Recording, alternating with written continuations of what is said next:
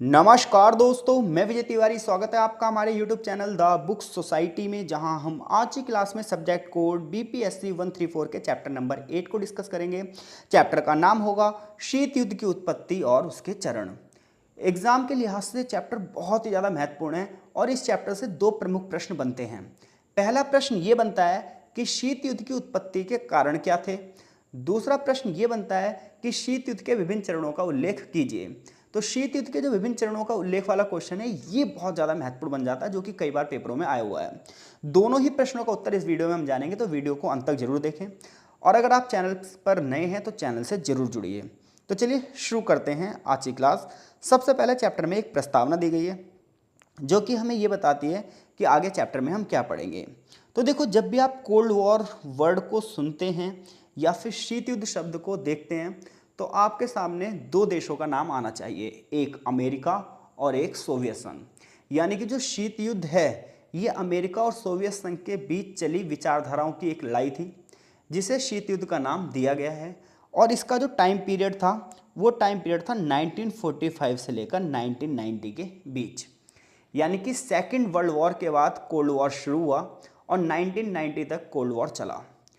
बात ये आती है कि शीत युद्ध शब्द का अर्थ क्या होता है। तो देखो, शीत युद्ध शब्द का जो अर्थ है वो एक ऐसे युद्ध से है जिसमें विचारधाराओं की लड़ाई होती है, जिसमें माहौल तो युद्ध जैसा बना रहता है लेकिन युद्ध नहीं होता है। शीत युद्ध ऐसे युद्ध को कहते हैं जिसमें अस्त्र और शस्त्र का निर्माण तो हो रहा है लेकिन उनका प्रयोग नहीं किया जा रहा। ऐसा लगता है कि कभी भी युद्ध हो सकता है लेकिन युद्ध नहीं हो रहा है। तो शीत युद्ध यानी कि ठंडा युद्ध, युद्ध जैसा माहौल बना हुआ है, गर्म माहौल है लेकिन आमना सामना नहीं हो रहा है, युद्ध नहीं हो रहा है। अंतर्राष्ट्रीय राजनीति में अमेरिका और सोवियत संघ के बीच विचारधाराओं का जो ये संघर्ष चला 1945 से 1990 तक, इसी को राजनीतिज्ञों ने शीत युद्ध की संज्ञा दी है। तो इतनी बात आपको क्लियर हो गई। कोल्ड वॉर शब्द का अर्थ पता चल गया आपको। तो कोई कोल्ड वॉर का मतलब पूछे तो आप बता देंगे कि कोल्ड वॉर किस किस के बीच में चला। अमेरिका और सोवियत संघ के बीच में चला। कब से कब तक चला? 1945 से लेकर 1990 तक चला। इस युद्ध की विशेषता क्या थी?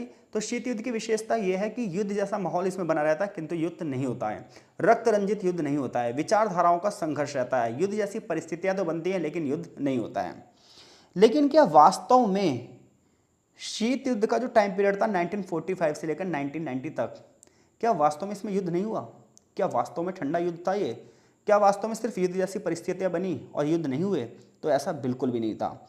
जब आप गहराई से अध्ययन करेंगे तो ये सारी बातें हैरान करने वाली होंगी। जब हम शीत युद्ध की बात करते हैं तो हम ये कहते हैं कि भाई युद्ध का मतलब तो हमेशा कुछ लक्ष्यों को प्राप्त करना होता है। युद्ध तो सेनाओं द्वारा लड़ा जाता है, युद्ध तो हथियारों द्वारा लड़ा जाता है, इसलिए युद्ध को गर्म युद्ध कहते हैं। लेकिन जब हम शीत कहते हैं तो शीत कहने का मतलब कुछ और होता है। जब भी आप शीत की बात करते हो तो शीत युद्ध का मतलब कुछ अलग सोच होती है, कुछ अलग स्पष्टीकरण होता है। क्योंकि जब भी आप युद्ध की बात करोगे, देखो यहाँ पर लिखा हुआ है, जब भी आप युद्ध की बात करोगे तो इसमें सेनाएं होंगी, इसमें हथियार होंगे।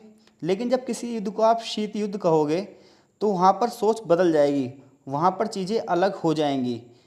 जैसा कि यहाँ देखें आप 1945 से 1990 तक, यानी कि लगभग 40-45 सालों में अगर आप देखोगे तो बहुत सारी जगह संघर्ष वाली स्थितियाँ बनी हैं। हालांकि गुटबंदी तो हुई है, एक तरफ अमेरिका की गुटबंदी है और एक तरफ सोवियत संघ की गुटबंदी है। अमेरिका वाली जो गुटबंदी है वो कैपिटलिस्ट अप्रोच को बढ़ावा दे रही है, पूंजीवादी विचारधारा को बढ़ावा दे रही है। जबकि सोवियत संघ वाली जो गुटबंदी है, सोवियत संघ वाला जो ग्रुप है, ये कम्युनिज्म अप्रोच को बढ़ावा दे रहा है, साम्यवादी विचारधारा को बढ़ावा दे रहा है। लेकिन अगर आप इतिहास उठाकर देखेंगे तो जो अमेरिका अपनी विचारधारा को बढ़ावा दे रहा है, सोवियत संघ अपनी विचारधारा को बढ़ावा दे रहा है, इस विचारधारा के युद्ध में बहुत सारी हिंसक मौतें हुई हैं, बहुत सारे लोगों का उत्पीड़न हुआ है, बहुत सारे लोग लापता हुए हैं और लाखों लोगों को अलग अलग तरीके से कष्टों का सामना करना पड़ रहा है। बहुत सारे लोग गरीबी की दलदल में जा चुके हैं, आर्थिक विकास जो था वो निराशाजनक था।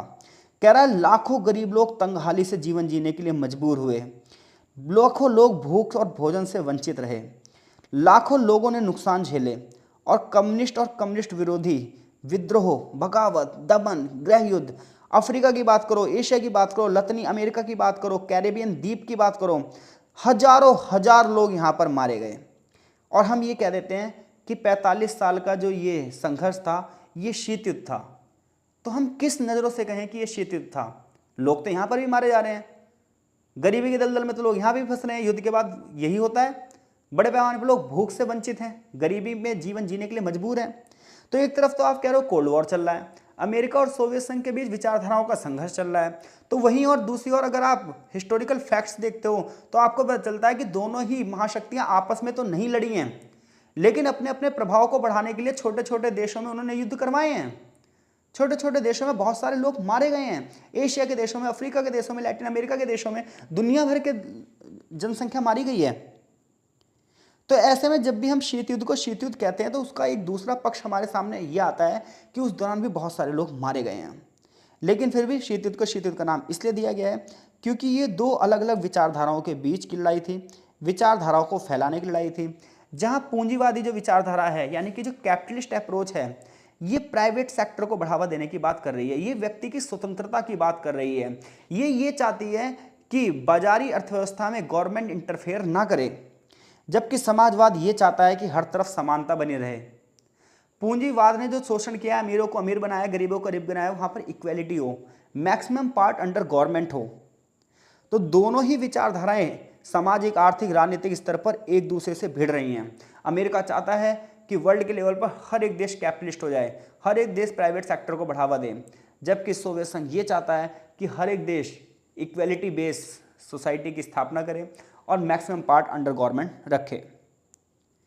तो इस तरीके से दोनों देशों में जो विचारधाराओं का एक संघर्ष शुरू हुआ, यहीं से शुरुआत होती है शीत युद्ध की। इस विचारधाराओं ने गुटों को बढ़ावा दिया, जो सोवियत संघ के साथ चाहते गए वो सोवियत संघ में शामिल हो गए, जो अमेरिका के साथ चाहते गए वो अमेरिका। ऐसे में दुनिया दो गुटों में बट गई और 45 सालों तक ये जो गुट प्रतिद्वंद्विता चली, ये दोनों गुटों में जो कंपटीशन चला, इसी को हम शीत युद्ध कहते हैं। लेकिन ये शीत युद्ध शुरू कैसे हुआ? क्या ये शीत युद्ध अचानक से शुरू हो गया था या इसके पीछे बहुत सारे रीजन थे? इसके बारे में यहाँ पर बहुत अच्छे से बताया गया है, जहाँ शीत युद्ध की उत्पत्ति की बात की गई है। यहाँ से एक क्वेश्चन बनाया चैप्टर में, शीत युद्ध से आप क्या समझते हैं, तो इस प्रश्न का उत्तर देने में आप सक्षम हैं। तो जब आप शीत युद्ध की उत्पत्ति के कारक की बात करते हो तो शीत युद्ध की उत्पत्ति के दो प्रमुख कारण हैं। एक कारण बताया जाता है भू राजनीतिक व्याख्या और दूसरी वैचारिक व्याख्या। जब आप भू राजनीतिक व्याख्या की बात करोगे तो इस व्याख्या के जो विचारक हैं वो ये कहेंगे कि भाई कोल्ड वॉर की शुरुआत तो देखा जाए 1917 से ही हो चुकी थी। अब ये कैसा हुआ? तो देखो 1914 से लेकर 1918 तक, यानी कि 1914 से लेकर 1918 तक फर्स्ट वर्ल्ड वॉर हुआ। जब फर्स्ट वर्ल्ड वॉर चल रहा था तभी रूस में एक क्रांति हुई जिसे रूसी क्रांति कहते हैं। फर्स्ट वर्ल्ड वॉर में 1917 में ही रूस इस युद्ध से पीछे हट गया और व्लादिमीर लेनिन के नेतृत्व में रूस में एक क्रांति हुई। इस क्रांति को हम रूसी क्रांति या बोल्शेविक क्रांति के नाम से जानते हैं। अब जब 1917 में रशियन रेवोल्यूशन, रूसी क्रांति, या फिर इसे मैं बोल्शेविक क्रांति भी कह सकता हूँ या कम्युनिस्ट क्रांति भी कह सकता हूँ, इस क्रांति के माध्यम से रूस में तख्ता पलट हुआ। रूस के राजा जार को वहाँ से हटा दिया गया और उसके बाद लेनिन ने सत्ता पर कब्जा कर लिया और एक नई तरीके से सोवियत संघ का निर्माण किया, जहाँ पर मैक्सिमम पार्ट थे वो अंडर गवर्नमेंट कर दिए गए, बड़े बड़े जमींदारों से ज़मीनें छीनी गई, कृषि का साम्यवादीकरण यानी कि समाजवादी स्वरूप दिखाई दिया, वहाँ पर उद्योगों को भी कम्युनिस्ट सेक्टर में ला दिया गया। तो जब 1917 से पहले वहाँ पर कैपिटलिस्ट अप्रोच थी, 1917 में रूस में कम्युनिस्ट अप्रोच आ गई। तो देखा जाए तो जब कम्युनिस्ट अप्रोच दुनिया में आई तभी वो कैपिटलिस्ट अप्रोच के खिलाफ हो गई और इसीलिए कहा जाता है कि 1917 के बाद ही, यानी कि 1917 के बाद ही कोल्ड वॉर की शुरुआत हो चुकी थी। 1980 में क्या होगा? रूस में यूरोपीय हस्तक्षेप होगा, यानी कि जो यूरोपियंस कंट्रियां हैं ये 1918 में यूरोप में इंटरफेयर करेंगी क्योंकि वो कम्युनिज्म को रोकना चाहेंगी, वो ह्यूमन राइट्स की बात करेंगी। इसलिए कुछ इतिहासकार कहेंगे कि भैया 1917 में ही जो है कोल्ड वॉर हो चुका है, लेकिन ज़्यादातर लोग ये नहीं मानते हैं। ज़्यादातर लोग सेकेंड वर्ल्ड वॉर के बाद ही कोल्ड वॉर की स्टार्टिंग मानते हैं। तो भू राजनीतिक व्याख्या कहती है शीत युद्ध की उत्पत्ति 1917 से हुई है, कुछ इतिहासकार कह रहे हैं, लेकिन ज़्यादातर इतिहासकार कह रहे हैं कि सेकंड वर्ल्ड वॉर के बाद ही ये चीज़ें हुई हैं। क्योंकि सेकंड वर्ल्ड वॉर की बात करें तो मित्र राष्ट्र और ध्रुव राष्ट्रों के बीच में लड़ा गया था। मित्र राष्ट्रों में अमेरिका था, ब्रिटेन था, फ्रांस था, सोवियत संघ था। ध्रुव राष्ट्रों में जर्मनी था, जापान था, इटली था। लेकिन सेकेंड वर्ल्ड वॉर के बाद केवल दो ही महाशक्तियाँ बची थी, एक थी अमेरिका और एक थी सोवियत संघ, क्योंकि यूनाइटेड किंगडम ऑफ फ्रांस दूसरे विश्व युद्ध में बड़े पैमाने पर कमजोर हो चुके थे, उनकी सैनिक शक्ति कमजोर हो चुकी थी। ऐसे में अमेरिका और सोवियत संघ इन दोनों के पास ही सुपर पावर, इन दोनों के पास ही आर्थिक शक्ति भी थी, राजनीतिक शक्ति भी थी और सैनिक शक्ति भी थी। इसीलिए भू राजनीतिक व्याख्या ये कहती है कि सेकेंड वर्ल्ड वॉर के बाद दो सुपर पावर बची और इनके बीच में कोल्ड वॉर हुआ। अब हम वैचारिक व्याख्या की बात करते हैं, जो कि बहुत ही ज़्यादा विस्तृत है। कई बार खाली इसी में से क्वेश्चन पूछ लिया जाता है कि शीत युद्ध की उत्पत्ति की वैचारिक व्याख्या की बात करो। तो देखो, शीत युद्ध की उत्पत्ति की वैचारिक व्याख्या सबसे पहले तो ये कहती है कि शीत युद्ध विचारधाराओं का युद्ध था, जहाँ पर सोवियत संघ की विचारधारा साम्यवादी थी और अमेरिका की विचारधारा पूंजीवादी थी, जिस पर हमने पहले ही चर्चा कर ली है। जब सोवियत संघ में समाजवादी क्रांति हुई, जिसमें मजदूरों ने, किसानों ने और जितने भी शोषित वर्ग हैं उन लोगों ने साथ दिया था, तो ऐसे में जितने भी गुलाम देश थे, चाहे वो भारत जैसे देश हों, एशिया के अन्य देश हों, अफ्रीका के अन्य देश हों, उन लोगों को एक मोटिवेशन मिली कि जब यार रूस के मजदूर लोग क्रांति करके अपना शोषण खत्म करवा सकते हैं, तो हम अपने शोषण को क्यों ना खत्म करवाएं, हम क्यों ना इन बड़ी बड़ी महाशक्तियों से लड़ पड़ें। तो सोवियत जो क्रांति भले ही सोवियत संघ में हुई थी, बट उसका प्रभाव बहुत सारी जगह पर पड़ा था। जैसे कि सोवियत क्रांति ने भारत सहित उपनिवेशों में लोगों को क्या करा था, मोटिवेट कर दिया था, प्रेरित कर दिया था और बड़े पैमाने पर लोगों के अंदर आज़ादी की राह दिखाई थी। कईयों ने तो अपने आप को औपनिवेशिक शासन से मुक्त करने और एक समतावादी समाज की व्यवस्था स्थापित करने की बात शुरू कर दी थी। यानी कि वो छोटे छोटे देश जो गुलाम थे, उन सभी देशों ने ना सिर्फ और सिर्फ औपनिवेशिक शासन को खत्म करने की बात करी, बल्कि उन्होंने सोचा कि आज़ादी के बाद हम कम्युनिस्ट अप्रोच को ही अपनाएंगे। यानी कि वैचारिक व्याख्या ये कहती है कि शीत युद्ध की शुरुआत यहाँ से होती है, जब कम्युनिज्म क्रांति होती है रूस में, तो उसके बाद वो रूस तक ही सीमित नहीं रहती है, उसका प्रभाव विश्व के अलग अलग देशों में पड़ता है। और जहाँ जो ये छोटे छोटे देश थे, ये पूंजीवादी ताकतों के खिलाफ होने लग जाते हैं। और इस तरह सोवियत क्रांति ने खासतौर पर मजदूरों को जर्मनी में, ब्रिटेन में, फ्रांस में, इटली में उत्तेजित कर दिया। समाजवादी पार्टियां बनने लगी, कम्युनिस्ट पार्टियां बनने लगी और श्रमिक क्रांति की आशा होने लगी कि यूरोप के किसी भी देश में कम्युनिस्ट क्रांति हो सकती है। 1920 के डिकेड में लतीनी अमेरिका के देशों में, एशिया के देशों में, अफ्रीका के देशों में बड़े पैमाने पर कम्युनिस्ट पार्टी और सोशलिस्ट पार्टी का गठन हुआ। भारत में कम्युनिस्ट पार्टी बन गई 1925 में, जिसने किसानों को इकट्ठा किया, मजदूरों को इकट्ठा किया। यानी कि मैं सिंपल सी लैंग्वेज में बात करूं तो इतनी सी बात है कि कम्युनिस्ट अप्रोच ना सिर्फ रशिया में, उसके सहयोगी देशों में, बल्कि और देशों में भी बहुत तेजी से फैलने लगी। अब जब कम्युनिस्ट अप्रोच बहुत सारे देशों में फैलने लगेगी, तो सीधी सी बात है, जो कैपिटलिस्ट अप्रोच के लोग हैं, पूंजीवादी विचारधारा के लोग हैं, वो इसके अगेंस्ट आएंगे ही ना।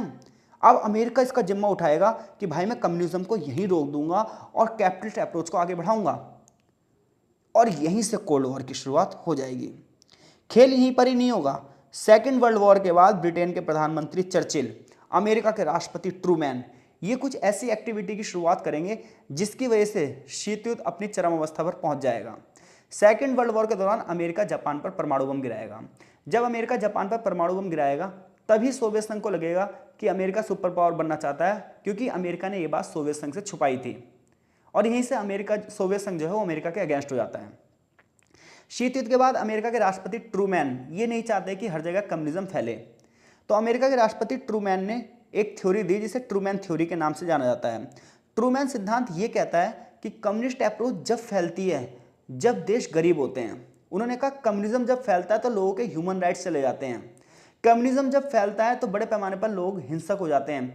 कम्युनिज्म जब फैलता है तो बहुत सारे लोग मारे जाते हैं। ऐसे करके उन्होंने कम्युनिज्म के खिलाफ एक बहुत अच्छी स्पीच दी। उन्होंने कहा कम्युनिज्म को खत्म करने के लिए उन्होंने यूरोप के लोगों को मार्शल योजना दी, क्योंकि यूरोप के जो देश थे वो युद्ध की वजह से बड़ा नुकसान झेल रहे थे। तो युद्ध की वजह से जो बड़ा नुकसान झेल रहे थे, उस नुकसान से उबारने के लिए अमेरिका के राष्ट्रपति ने एक योजना चलाई जिसे मार्शल योजना कहते हैं। इस योजना का नाम मार्शल योजना इसलिए रखा गया क्योंकि ये एक सचिव थे अमेरिका के जिनका नाम मार्शल था। करोड़ों डॉलर की योजना यूरोपीय देशों को दी गई। हालांकि इस योजना का मुद्दा सिर्फ यही नहीं था कि यूरोपीय देशों की व्यवस्था को सही किया जाए, बल्कि इन डॉलरों के माध्यम से अमेरिका ये चाहता था कि यूरोपियन कंट्री उसके साथ जुड़ जाएं। रूस को भी ये बात समझ में आ रही थी, तो रूस ने भी एक योजना चलाई, मोल्टोव योजना। अब जो ये मोल्टोव योजना चली, तो मोल्टोव योजना के माध्यम से जो पूर्वी यूरोप के देश थे उन्हें पैसा दिया गया और ये कहा गया कि वो मार्शल योजना से पैसा नहीं लेंगे। तो एक तरफ अमेरिका मार्शल योजना चला रहा है, तो दूसरी तरफ रूस मोल्टोव योजना चला रहा है। इस तरीके से यूरोप में गुटबंदी का दौर शुरू हो गया। इधर अमेरिका ने नेटो की स्थापना कर दी 1945 में। नेटो यानी कि नॉर्थ अटलांटिक ट्रीटी ऑर्गेनाइजेशन, और नेटो में यह कहा गया कि जो भी देश नेटो में शामिल होंगे उन पर अगर किसी प्रकार का हमला हुआ तो इस सारे देशों के लिए हमला माना जाएगा। तो इधर सोवियत संघ ने भी वार्सा पैक्ट किया और उसमें 15 देश शामिल हुए 1955 में, और ये कहा गया कि अगर वार्सा में भी कि किसी देश पर हमला हुआ तो सभी लोग मिलकर जवाबी कार्रवाई करेंगे। तो सेकेंड वर्ल्ड वॉर में अमेरिका द्वारा जापान में परमाणु बम गिराना, उधर ट्रूमैन थ्योरी देना, उधर मार्शल योजना और मोल्टो योजना चलना, इधर नेटो और वार्सा का निर्माण, ये सारे मेन रीजन थे जिसकी वजह से शीत युद्ध की शुरुआत हुई। तो एग्जाम में अगर आपसे पूछता है शीत युद्ध से आप क्या समझते हो, शीत युद्ध के भू राजनीतिक व्याख्या और वैचारिक व्याख्या का वर्णन कीजिए, तो आप शीत युद्ध की वैचारिक व्याख्या और भू राजनीतिक व्याख्या में ये सारी बातें लिखेंगे। ट्रूमैन थ्योरी यहाँ पर बॉक्स में और भी अच्छे से लिखी गई है। आगे हम बात करने जा रहे हैं शीत युद्ध के चरण की। तो शीत युद्ध के चरणों को इतिहासकारों ने 3 भागों में बांटा है। हालांकि जब आप डीपली पढ़ोगे, कुछ अच्छी किताबों से पढ़ोगे आप, तो उस वहाँ पर शीत युद्ध के 7 चरण बताए गए हैं। बट हमारे कोर्स में जो इग्नू की बुक्स है, ये वाली जो बुक है, इसमें शीत युद्ध के 3 चरणों की व्याख्या की गई है। तो शीत युद्ध के 3 चरण हैं, जहाँ पर हम पहले चरण में क्या होगा, दोनों ही महाशक्तियों के बीच में शत्रुता बढ़ेगी। दूसरे चरण में हम नरमी देखेंगे, यानी कि दोनों महाशक्तियाँ शांति का प्रयास करेंगी। लेकिन तीसरे चरण में हम ये देखेंगे कि शीत युद्ध फिर से पुनर्जीवन होगा और फिर एंड में खत्म हो जाएगा। तो शीत युद्ध को हम 3 चरणों में बांटेंगे, जहाँ पर हम ये देखेंगे कि इस दौरान वहाँ पर कौन कौन सी घटनाएं घटी। तो शीत युद्ध का जो प्रारंभिक चरण है, शुरुआती दौर है, यहाँ पर अमेरिका और सोवियत संघ के बीच में शत्रुता बढ़ेगी। और ये शत्रुता क्यों बढ़ेगी, ये बात मैंने अभी पिछले ही पैराग्राफ में बताई है। 1945 में क्या होगा, क्रीमिया के याल्टा और जर्मनी का एक शहर था पोट्समैन, यहाँ पर बड़ी बड़ी मीटिंग होगी। ये मीटिंग जर्मनी और पूर्वी यूरोप में विकसित हुई युद्ध के बाद की स्थिति से निपटने के लिए होगी। यानी कि पोट्समैन जो मीटिंग होगी, याल्टा सम्मेलन होगा। इस सम्मेलन में ये डिसीजन लिया जाएगा कि सेकेंड वर्ल्ड वॉर के बाद यूरोपियन कंट्रियों को जो नुकसान हुआ है उसकी भरपाई कैसे की जाए। इसके साथ साथ सेकेंड वर्ल्ड वॉर के बाद इंटरनेशनल पॉलिटिक्स कैसे होगी, यूएनओ का गठन कैसे होगा, अंतर्राष्ट्रीय स्तर पर शांति की स्थापना कैसे होगी, नए नए देश जो आज़ाद होंगे, इन देशों की राजनीतिक व्यवस्था कैसे चलाई जाएगी। ऐसे तमाम क्वेश्चन थे जो पोट्समैन मीटिंग और याल्टा मीटिंग में रखे गए। उधर दूसरी बात यह थी कि जर्मनी की सेनाओं के कब्जे के जो क्षेत्र आज़ाद हुए थे उस पर किसका हक होगा, ये भी चर्चा की जानी थी। तो ऐसे में ब्रिटेन, फ्रांस, सोवियत संघ और संयुक्त राज्य अमेरिका, इन्होंने जर्मनी के क्षेत्रों को अपने आपस में बांट लिया।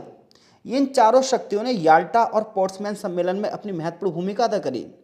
दूसरी ओर यूएसए ने क्या करा, जितने भी उसके युद्ध सहयोगी थे, विशेष रूप से सोवियत संघ, उसकी जानकारी के बिना एक परमाणु विस्फोट कर दिया था। जैसा कि मैंने बताया, अमेरिका ने क्या करा था, 1945 में जापान पर 2 परमाणु बम गिरा दिए थे और इसकी जानकारी उसने अपने किसी भी सहयोगी देश को नहीं दी। जबकि अमेरिका का सहयोगी देश ब्रिटेन भी था, फ्रांस भी था, सोवियत संघ भी था। अब ऐसे में सोवियत संघ को इस बात का बुरा लग गया। सोवियत संघ को विश्वसनीयता कम हो गई। उसे लगा कि अमेरिका अकेले ही महाशक्ति बनना चाहता है, वो अकेले ही प्रभाव जमाना चाहता है। तो शीत युद्ध के प्रारंभिक चरण में अमेरिका और सोवियत संघ के बीच में क्या हो रहा है, मतभेद बढ़ रहा है, जो कि मैंने आपको पहले से ही बता दिया है। यहाँ पर फिर से ट्रूमैन सिद्धांत के बारे में बताया जाएगा, जो कि मैंने पहले ही आपको बता दिया है। चर्चिल की और फिर आगे नेटो की स्थापना, मार्शल योजना, वार्सा संधि, ये तमाम चीज़ें मैंने पहले ही समझा दी है। एक चीज़ यहाँ पर और समझानी है, शीत युद्ध के प्रारंभिक चरण यानी कि शुरुआती दौर में क्यूबा मिसाइल संकट सबसे बड़ी घटना थी। देखो, जब आप क्यूबा की बात करोगे तो जो क्यूबा है, सपोज डेट ये अमेरिका है और ये सोवियत संघ है। तो अमेरिका के पास यहाँ पर ना क्यूबा है। अब क्यूबा देखा जाए तो अमेरिका से सटा हुआ देश है, क्यूबा अमेरिका से सटा हुआ देश है। और लेकिन ये जो 1961 में यहाँ पर क्यूबा में एक तख्तापलट होता है और यहाँ के जो नए नेता बनते हैं फिदेल कास्त्रो, ये क्या करते हैं, सोवियत संघ के साथ अपनी विचारधारा को जोड़ लेते हैं। अब जब ये सोवियत संघ के साथ अपनी विचारधारा को जोड़ेंगे तो अमेरिका के जो बड़े बड़े पूंजीपतियों ने क्यूबा में अपना पैसा लगाया है, उनका पैसा डूब जाएगा, विशेष तौर पर चीनी मिल के मालिकों का। तो ऐसे में अमेरिका ये सोचेगा कि भाई इनका पैसा डूबना नहीं चाहिए और किसी भी तरीके से क्यूबा जो है वो सोवियत संघ के अंडर में नहीं आना चाहिए। इसलिए अमेरिका कुछ छोटे मोटे हमले करवाएगा, खासतौर पर पिक्स ऑफ बे का। ऐसे में सोवियत संघ क्या करेगा, क्यूबा में अपनी मिसाइलें लगा देगा और ये मिसाइलें इतनी पास लगाई जाएंगी जिससे अमेरिका तबाह हो सकता था। अमेरिका इन मिसाइलों को हटाने के लिए कहेगा सोवियत संघ से, जिसके परिणामस्वरूप दोनों देशों के बीच में युद्ध जैसी स्थिति बन जाएगी। हालांकि दोनों महाशक्तियां आपस में बातचीत से मामले को सॉल्व करेंगी और क्यूबा से अपनी मिसाइलें हटा ली जाएंगी। इतिहास में इसी संकट को क्यूबा मिसाइल संकट के नाम से जाना जाता है। जैसे किताब लिखती है कि शीत युद्ध के शुरुआती चरण में क्यूबा मिसाइल संकट के नाम से सबसे प्रसिद्ध संकट हुआ। क्यूबा में 1959 में एक क्रांति हुई और यहाँ पर फिदेल कास्त्रो की सरकार आ गई। इस क्रांति के बाद क्या हुआ, अमेरिका के जो इन्वेस्टर्स थे इनको बहुत ज़्यादा नुकसान हुआ, जिनके पैसे क्यूबा के चीनी उद्योग में फंसे हुए थे। तो अमेरिका ने वहाँ पर बे ऑफ पिग्स नामक एक आक्रमण भी करवाया। हालांकि ये जो अटैक था ये सफल नहीं हुआ था। फिदेल कास्त्रो ने क्या करा, क्यूबा की क्रांति को समाजवादी क्रांति और अमेरिका के खिलाफ सोवियत सैन्य समर्थन को सुरक्षित रखने के लिए कहा। यानी कि फिदेल कास्त्रो ने कहा कि भाई हम अमेरिका के अगेंस्ट हैं और सोवियत संघ हमारी मदद करें।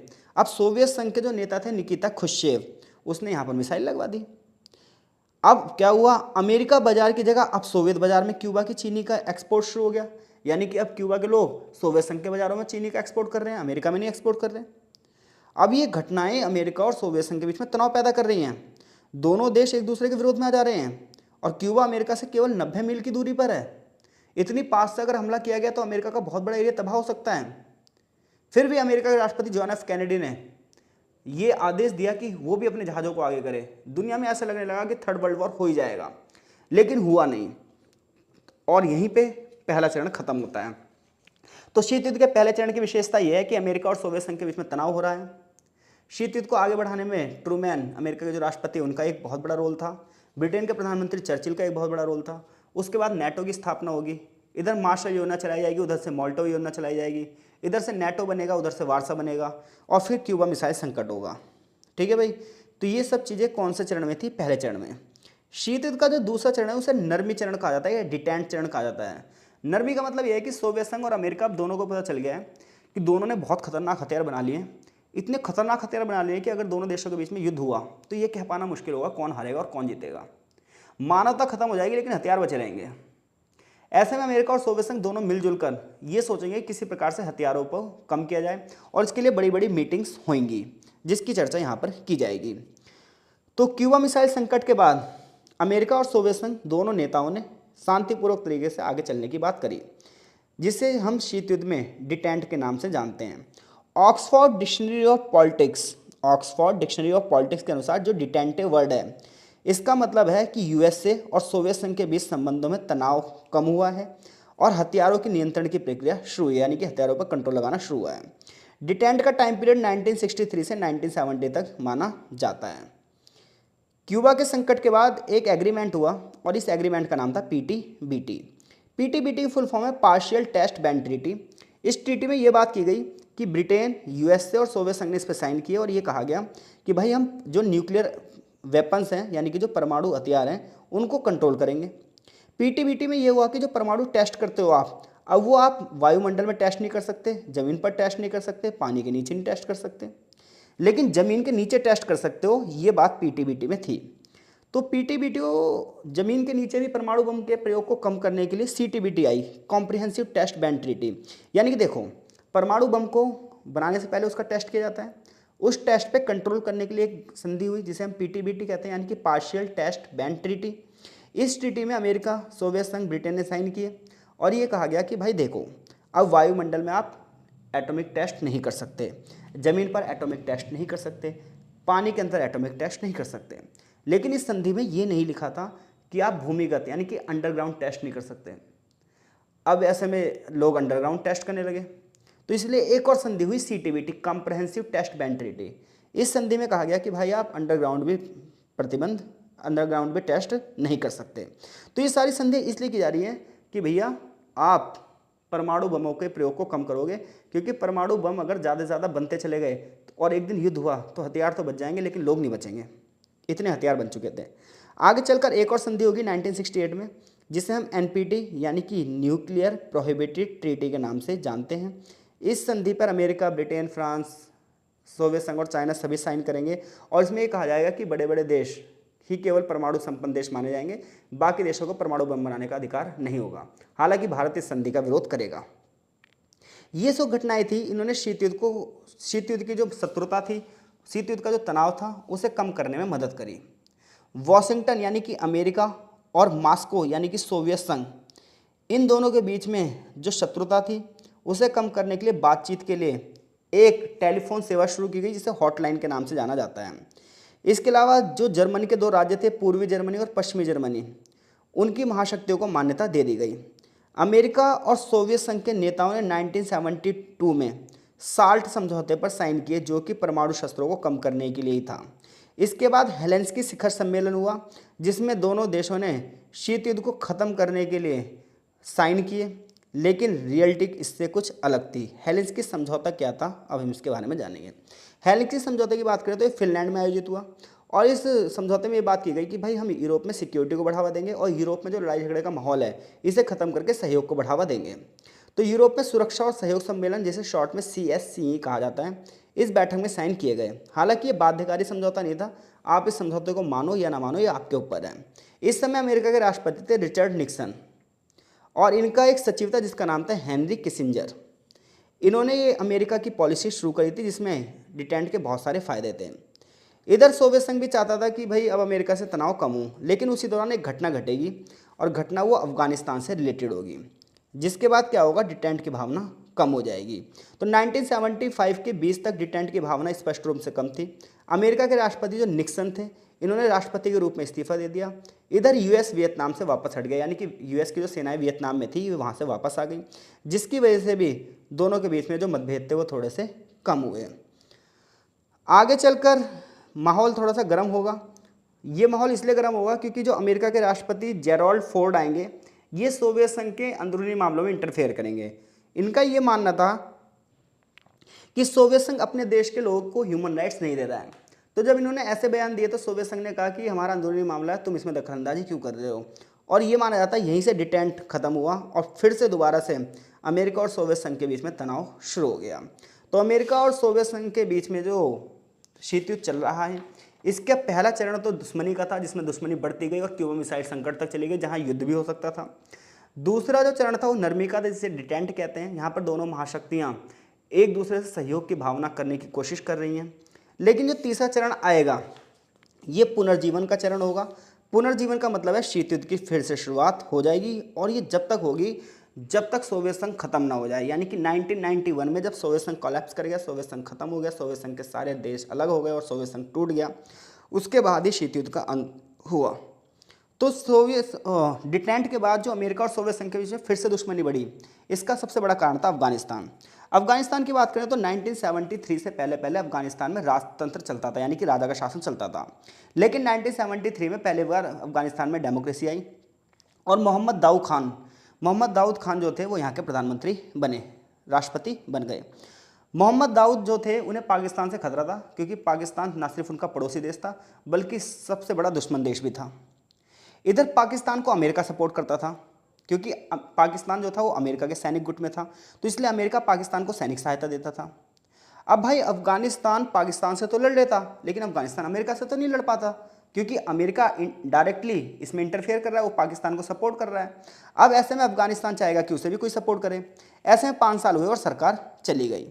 अब जो नई सरकार बनी अफगानिस्तान में, उसने क्या करा, कम्युनिज्म को बढ़ावा दिया। अब उसने कम्युनिज्म को बढ़ावा दिया तो अमेरिका से ये बात बर्दाश्त नहीं हुई। अमेरिका ने क्या करा, पाकिस्तान को सैनिक सहायता दी। पाकिस्तान ने मुजाहिदीनों का एक ग्रुप बनाया और उन्हें अफगानिस्तान में भेज दिया अफगानी सेना से लड़ने के लिए। अब अफगानी सेना तो इस चीज़ में बिल्कुल भी माहिर नहीं थी कि वो इन मुजाहिदीनों से लड़ पाए, इसलिए उन्होंने सोवियत संघ से मदद मांगी। 1979 में 90,000 सैनिक क्या करते हैं, सोवियत सेना से आते हैं और अफगानिस्तान में एंट्री करते हैं। वो ये सोचेंगे कि इन लोगों को हम ख़त्म करके फटाफट से अफगानिस्तान को आज़ाद कर देंगे, लेकिन बात कुछ और थी, क्योंकि अमेरिका मुजाहिदीनों को बढ़ावा दे रहा था। ऐसे में जो ये युद्ध हुआ, ये युद्ध भले ही अफगानी सेनाओं और मुजाहिदीनों के बीच में हो रहा है, लेकिन देखा जाए तो इनडायरेक्टली ये युद्ध सोवियत संघ और अमेरिका के बीच में हो रहा था। सोवियत संघ की सेना के बहुत सारे लोग मारे जाते हैं और अरबों अरब रुपए सोवियत संघ के वहाँ पर खर्च हो जाते हैं। ऐसी परिस्थितियों में सोवियत संघ के जो राष्ट्रपति बनते हैं वो बनते मिखाइल गोर्बाचेव। मिखाइल गोर्बाचेव बड़े ज़बरदस्त बंदे थे। ये सोवियत संघ में सुधार चाहते थे, ये सोवियत संघ में डेमोक्रेसी चाहते थे, ये सोवियत संघ में थोड़ा सा लिबरलिज्म चाहते थे, ये लोगों को आज़ादी देना चाहते थे, ह्यूमन राइट्स चाहते थे। तो ऐसे में इन्होंने पेरेस्ट्रोइका और ग्लासनोस्ट नाम की नीतियाँ शुरू करी। पेरेस्ट्रोइका का मतलब था अर्थव्यवस्था में सुधार लाएंगे और ग्लासनोस्ट का मतलब था कि अर्थव्यवस्था का पुनर्गठन करके उसे आगे बढ़ाएंगे। तो पेरेस्ट्रोइका का मतलब था आर्थिक अड़चनों को दूर करेंगे, अक्षमता को बढ़ावा देंगे, और ग्लासनोस्ट का मतलब था उदारीकरण करेंगे, यानी कि प्राइवेट सेक्टर को बढ़ावा देंगे।